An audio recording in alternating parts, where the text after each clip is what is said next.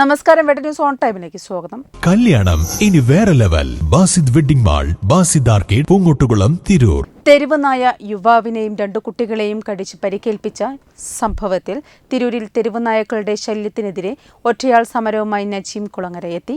മഞ്ചേശ്വരം മുതൽ തിരുവനന്തപുരം സെക്രട്ടേറിയറ്റ് വരെ നായയുടെ രൂപമുള്ള മുഖംമൂടി അണിഞ്ഞ് പോരാട്ടം നടത്തുകയാണ് നജീം. തിരൂർ നഗരസഭ ഓഫീസിന് മുമ്പിലെത്തി നജീം പ്രതിഷേധമറിയിച്ച് പരാതി നൽകി.